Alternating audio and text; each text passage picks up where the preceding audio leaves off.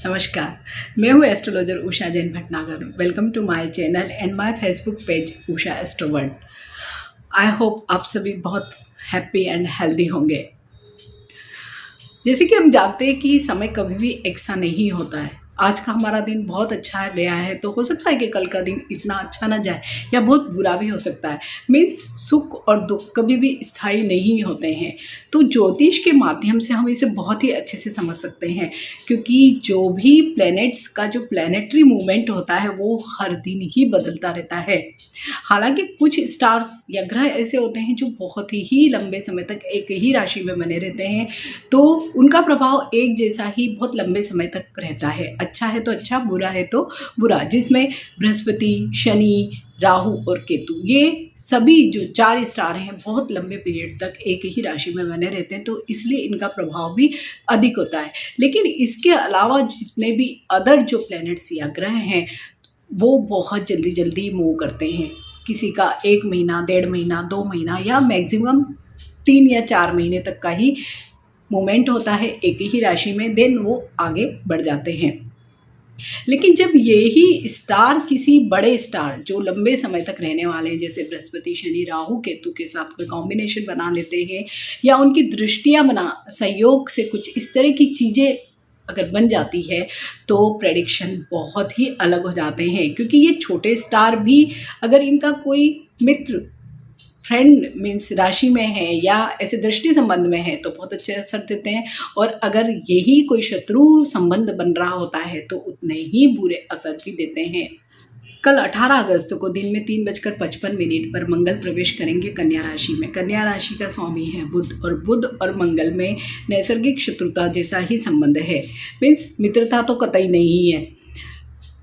जहाँ पर हम मंगल को देखते हैं तो आवेग, उत्साह, जोश या जल्दबाजी, उतावलापन जिसे हम कह सकते हैं, या आक्रोश को रिप्रेजेंट करता है, या इन सारी चीज़ों को वो गवर्न करता है। वहीं बुध वाणी, आपका जो भी बोलचाल का तरीका, आपका कम्युनिकेशन, आपकी डिबेट वाली जो पावर है उनको, आपकी स्किन को, साथ ही आपका बिजनेस, इन सारी चीज़ों को हैंडल करता है। तो जब ये दोनों स्टार एक साथ आएंगे, और दोनों का क्योंकि स्वभाव बिल्कुल विपरीत है, एक बहुत उतावला है, एक थोड़ा सा पेशेंस वाला, तो ऐसे में जो भी आपके काम होंगे वहाँ पर आप हो सकता है कि बहुत उतावलीपन करें, बहुत जल्दी जल्दी कोई डिसीजन ले ले और बाद में रिग्रेट करें। तो इन दोनों का ही जो संबंध रहने वाला है वो 46 डेज तक रहने वाला है, सभी राशियों पर असर डालने वाले हैं। तो इस पूरे ही 46 डेज तक के पीरियड में आपको जो भी कोई डिसीजन लेना है उसको बहुत सोच समझ कर लेना है। हालांकि कुछ राशियों पर इनका असर बहुत पॉजिटिव भी होगा, लेकिन अधिकांश राशियों पर नेगेटिव इस सेंस में होगा कि आपके निर्णयों की क्षमता प्रभावित होगी। आप ज़रूर कुछ ऐसे डिसीजन ले सकते हैं जो आगे जाकर रिग्रेट करवाए।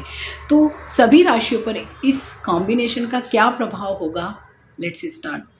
मेष राशि का तो स्वामी स्वयं मंगल ही है, तो आप लोगों को अपने गुस्से पर बहुत कंट्रोल रखना है। अगर कोर्ट कचहरी से संबंधित कोई भी इश्यूज चल रहे हैं तो उनमें विजय की संभावना बहुत अधिक है। यहाँ पर आपको बुध थोड़ा सा कुछ नेगेटिव इम्पैक्ट डाल सकता है, या आप अगर बोलचाल में ध्यान नहीं रखते हैं तो कुछ न कुछ प्रॉब्लम करवा सकता है। ये पीरियड स्टूडेंट्स के लिए बहुत अच्छा होने वाला है, और अगर फॉरेन ट्रेवल का या लॉन्ग ट्रेवल का कोई आपका प्लान है तो वो भी मटेरियलाइज हो जाएगा। अगर करियर की दृष्टि से देखें तो वहाँ पर भी आपको बस अपने जोश को संभाल के रखना है, बातचीत में ध्यान रखना है। अदरवाइज ये वाला पूरा ही पीरियड मेष राशि वाले लोगों के लिए ठीक ही जाने वाला है।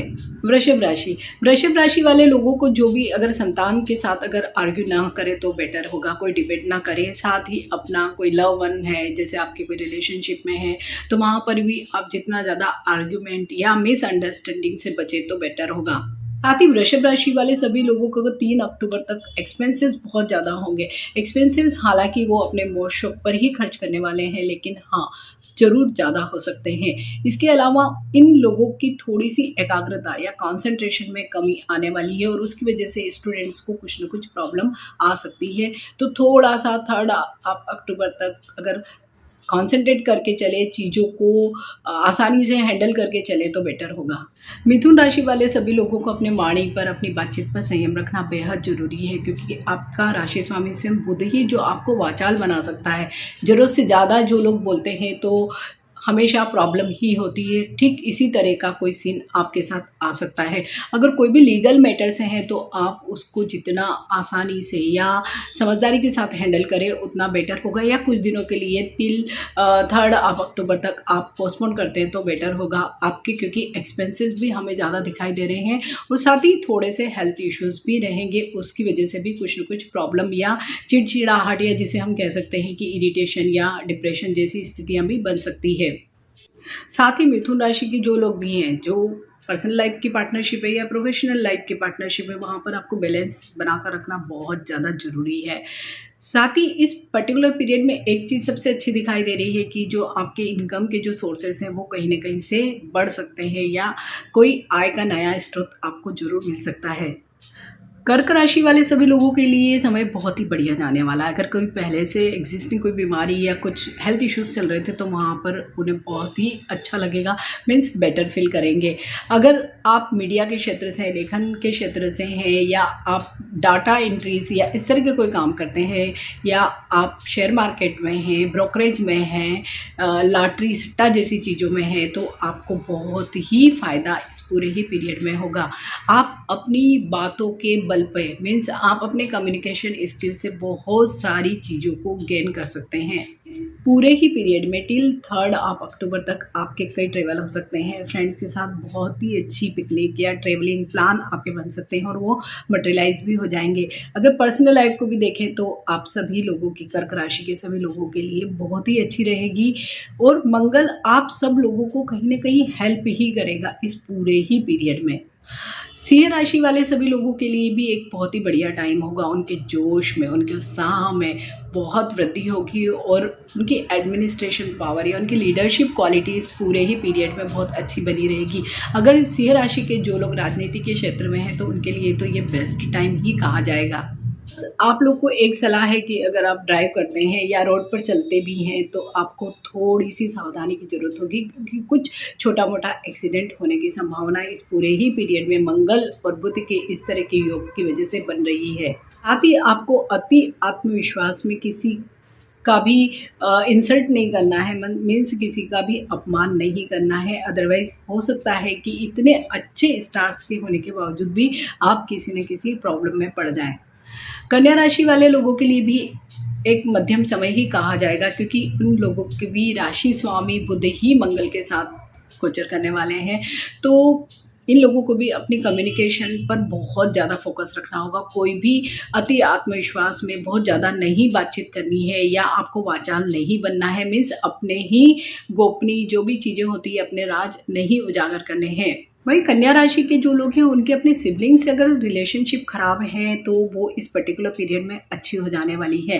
साथ ही कन्या राशि वाले सभी लोगों के लिए इस पूरे ही पीरियड में छोटे मोटे ट्रेवल के बहुत सारे योग बन रहे हैं, तो अगर आप ट्रेवल करते हैं तो थोड़ा सा सावधानी की ज़रूरत आप सभी लोगों को अवश्य ही है।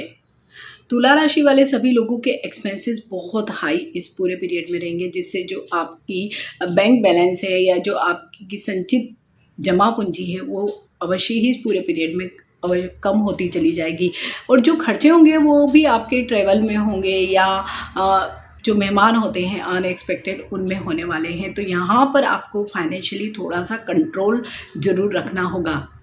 साथ ही तुला राशि वाले सभी लोगों को एक सलाह अवश्य ही मैं दूंगी कि किसी पर भी अति विश्वास न करें, चाहे वो आपका कोई near and dear one, means आपका कोई रिलेटिव ही हो या आपका कोई फ्रेंड भी हो, तो उसको अपने राज बिल्कुल भी शेयर न करें, क्योंकि बुध की वजह से आपको कई बार ऐसे फीलिंग आएगी कि मैं भी अपनी चीज़ें शेयर करूं दूसरों के साथ या अपनी बातें बता दूं, वो आगे जाकर आपको कहीं ना कहीं मुश्किल में डाल सकती है। तो जहां तक हो सके आपके कोई फ्यूचर प्रोजेक्ट हैं या आपके पास की कोई ऐसी बातें हैं, आप ज़्यादा लोगों से शेयर बिल्कुल भी ना करें।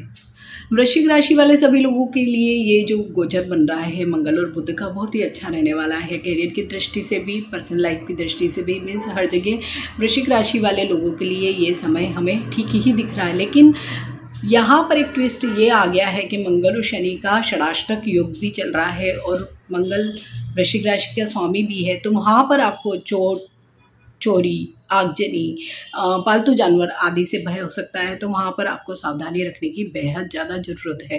लेकिन वृश्चिक राशि वाले सभी लोगों को इस पर्टिकुलर पीरियड में करियर या बिजनेस से संबंधित कुछ अच्छी सूचना मिल सकती है। अगर सपोज़ प्रमोशन या कोई इस तरह की चीज़ें एक्सपेक्ट कर रहे थे, तो वो आपको इस पर्टिकुलर पीरियड में अवश्य ही मिल सकती है।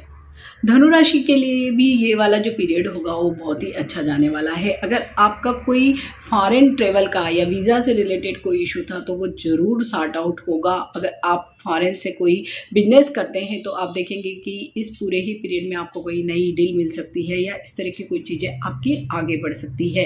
हेल्थ, अगर आपका कोई इश्यूज़ चल रहा था, कोई लंबी बीमारी चल रही थी, तो इन दोनों ही ग्रहों की वजह से आपकी हेल्थ को कहीं न कहीं सपोर्ट मिलेगा। अगर आपकी कोई सर्जरी पहले हुई है और उसकी रिकवरी अभी तक नहीं हो पाई है, तो आप देखेंगे कि इस पूरे ही पीरियड में बुध की वजह से आप बहुत जल्दी रिकवर करेंगे। धनु राशि वाले सभी लोगों को अपनी संतान की तरफ से भी कोई शुभ सूचना मिल सकती है, भले वो उनके करियर से संबंधित हो, उनकी शादी से संबंधित हो या उनके घर में कोई नया मेहमान के आगमन से संबंधित हो। तो धनु राशि वाले सभी लोगों के लिए तो ये पूरा ही पर्टिकुलर समय टिल 3 अक्टूबर इन दोनों ग्रहों की वजह से मुझे बहुत ही अच्छा दिखाई दे रहा है। मकर राशि वाले लोगों के लिए भी देखें तो आर्थिक या सामाजिक पक्ष में बहुत ही अच्छा दिख रहा है, लेकिन क्योंकि शनि मंगल का जो षडाष्टक योग बनेगा तो उसकी वजह से यहाँ पर भी आप सभी लोगों को किसी भी चोट, चोरी, आगजनी, पालतू जानवर से भय आदि हो सकता है, तो वहाँ पर आपको सावधानी रखनी है। अदरवाइज़ आपको आर्थिक संबंधों में देखा जाए तो बहुत फ़ायदे वाला ये पूरा ही पीरियड रहेगा। पारिवारिक दृष्टि से भी देखा जाए तो बहुत अच्छा पूरा समय आपका जाने वाला है। मकर राशि वाले लोगों के कोई पहले से ही लीगल इश्यूज़ चल रहे हैं और कोई पेरेंटल प्रॉपर्टीज़ के इश्यूज़ थे, तो वो भी इस पर्टिकुलर पीरियड में ज़रूर सॉर्ट आउट होंगे और मंगल की ही वजह से उन्हें कोई बहुत ही लंबी जिसे हम कह सकते हैं कि वो डिस्प्यूटेड कोई प्रॉपर्टी हो, उसको मिलने की संभावना बनती दिखाई दे रही है। कुंभ राशि वाले लोगों के लिए थोड़ा-सा मध्यम समय ही रहेगा, क्योंकि शनि और मंगल का जो षडाष्टक योग है वो कुंभ राशि वाले लोगों को बहुत अधिक प्रभावित करेगा। अगर आपके भाई-बहनों के साथ संबंध अच्छे नहीं हैं तो आप वहाँ पर थोड़ा-सा शांति और संयम के साथ ही उनके साथ हैंडल करें, अदरवाइज़ कुछ न कुछ प्रॉब्लम आपको आ सकती है। साथ ही कुंभ राशि वाले सभी लोगों को मेहनत बहुत अधिक करना पड़ेगी, मीन्स इनपुट बहुत ज़्यादा डालना पड़ेंगे, आउटपुट बहुत कम होगा और उसकी वजह से ही इन लोगों को बहुत ही असंतोष की भावना इस पूरे ही पीरियड में टिल 3 अक्टूबर तक बनी रहेगी। साथ ही आप सभी लोगों को कि कहीं किसी भी प्रकार की गिरने या पड़ने से चोट लग जाए या एक्सीडेंट आदि का भय भी बना रहेगा, तो आप लोग जितना अधिक सावधानी के साथ कार्य करते हैं, इवन महिला वर्ग को थोड़ा-सा मैं कहूँगी कि कुंभ राशि की जो भी महिलाएँ उनको और भी अधिक सतर्कता की ज़रूरत है। भले किचन में चाकू से ही उन्हें चोट लग जाए या किसी भी बहुत छोटी-मोटी ही चोट उन्हें लगने की बहुत ज़्यादा संभावना इस पूरे ही पीरियड में दिखाई दे रही है। राशि वाले सभी लोगों के लिए बहुत ही अच्छा समय होगा। इन लोगों के लिए एक्सटेंडेड फैमिली के साथ बहुत ही मौज-मज़ा करने वाला पीरियड होगा। अगर कोई पहले का ही कोई रुका हुआ पैसा है तो वो भी आपको बगैर कोई एफर्ट के वापस मिल सकता है। साथ ही अगर आप कोई नया वाहन लेना चाहते हैं, कोई प्रॉपर्टी लेना चाहते हैं, तो इस छोटे से 46 डेज़ के पीरियड में ही आपकी कोई न कोई डील फाइनलाइज़ हो सकती है। इनमें से कुछ न कुछ खुशखबरी आपको मिल सकती है। हेल्थ की दृष्टि से भी देखें तो आप सब लोगों के लिए बहुत अच्छा समय ही मुझे दिखाई दे रहा है। दृष्टि से देखें तो अगर कोई जॉब हाइक या प्रमोशन आप एक्सपेक्ट कर रहे थे या ट्रांसफ़र चाह रहे थे, तो वो सारी चीज़ें भी इस पर्टिकुलर पीरियड में पॉसिबल दिखती है। बुध और मंगल का ये कॉम्बिनेशन 46 डेज़ तक बहुत सारे अच्छे परिणाम देने वाला है।